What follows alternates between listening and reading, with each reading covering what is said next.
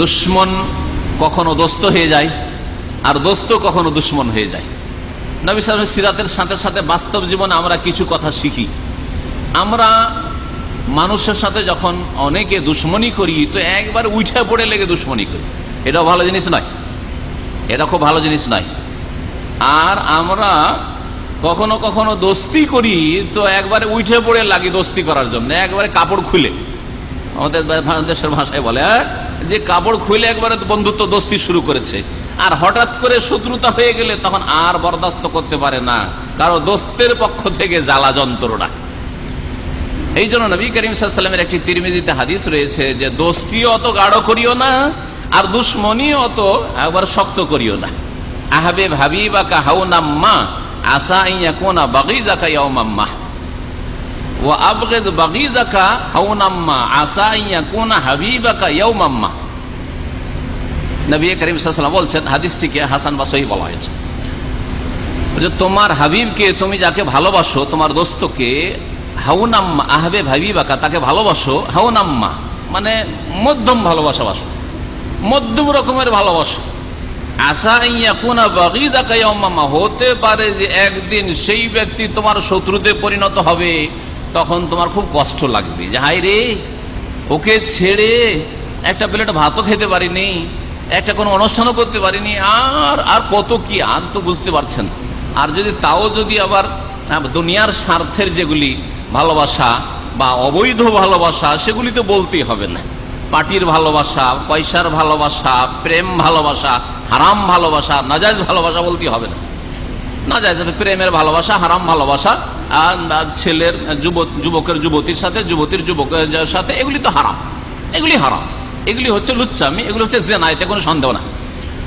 বাকি কথা হলো যে যেগুলি বৈধ ভালোবাসা, সেই ভালোবাসার ক্ষেত্রেও আপনার রুমমেট, আপনার প্রতিবেশী, আপনার স্কুল কলেজের বন্ধু ইত্যাদি, বা একজন মহিলা আর একজন মহিলা বান্ধবী, ভালোবাসার ক্ষেত্রে মধ্যম পন্থা অবলম্বন করতে বলেছেন নবী করিম সাল্লাল্লাহু আলাইহি ওয়াসাল্লাম।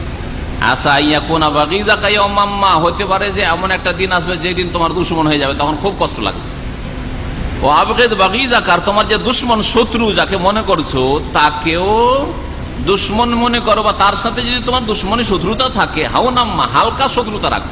ঠিক আছে, ও শত্রুতা করে, তুমি একটু দূরে দূরেই চলো, হ্যাঁ, কিন্তু এমন নয় যে উঠে পড়ে লেগেছি, ওকে একেবারে রাখবো না, দেখতেই চাই না ওকে, হ্যাঁ, ওকে একেবারে হাও যেইভাবে হোক না কেন ওকে একেবারে ডাউন করো, হ্যাঁ, না এইরকম উঠে পড়ে লাগিয়েন না। আসা আন ইয়াকুনা হাবিবাকা ইয়াওমাম্মা, হতে পারে যে তোমার ওই দুশ্মনটাই একদিন তোমার প্রিয় পাত্র হয়ে যেতে পারে, তখন বড় লজ্জিত হবে, অনুতপ্ত হবে যে হায় রে, এর সাথে এত দুশ্মনী করেছিলাম, এত তার ক্ষয়ক্ষতি করেছিলাম, হ্যাঁ, এর জমির ফসল ঝুড়েছি, এর বাগানের আম নষ্ট পেড়েছি, এই ফল পেড়েছি, আর কত কি নষ্ট করেছি, এর ছেলে মেয়েকে কষ্ট দিয়েছি, ইত্যাদি ইত্যাদি, বড়ই লজ্জিত হইতে হবে। এই জন্য ইসলাম হচ্ছে মধ্যম পন্থা। ইসলাম যে মধ্যম পন্থা, উম্মাতা ওয়াসাতা আল্লাহ বলেছেন, এই উম্মতকে মধ্যমপন্থী উম্মত বলেছেন। এর বহু দিক রয়েছে, তার একটা দিক এটা, মানুষের সাথে আদান প্রদানের ক্ষেত্রে, চলাফেরার ক্ষেত্রে।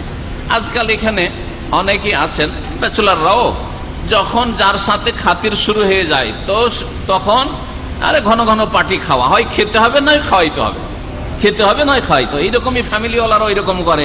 আরে বাপরে বাপ, একে ছাড়া যাও, প্রতি বৃহস্পতিবারে হয় আমার বাসায় নয় আপনার বাসায়, হয় আমার বাসায় নয় আপনার বাসায়, এই খাওয়া দাওয়ার ধরম বহরম খুব শুরু করলে, আর করার পরে একদিন হঠাৎ করে মনোমালিন্য হয়ে গেল, এমন মনোমালিন্য হয়ে গেল যে শুরু করে দিলে এখন দুশ্মনী দুশ্মনী, আর কথাই বলে না, হারাম কাজ করা শুরু করে, এখন সালামি দেয় না দেখা হইলে।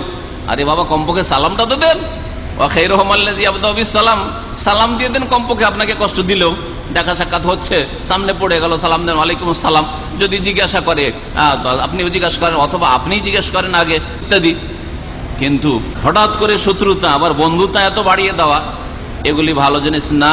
এই ক্ষেত্রেও মধ্যম পন্থা অবলম্বন করতে হবে। এইরকমই যে কোনো দলের ক্ষেত্রেও আমাদের শত্রুতাও এত বেশি না থাকে যে উঠে পড়ে লেগেছি, আর আবার এত বন্ধুত্ব না থাকে যে উঠে পড়ে খেদমতে লেগেছি, এমন খেদমতে লেগেছি, আর তারপরে যখন হোঁচট খেলো তা আবার শত্রুতা শুরু করে দিল, এমনটাও না হয়।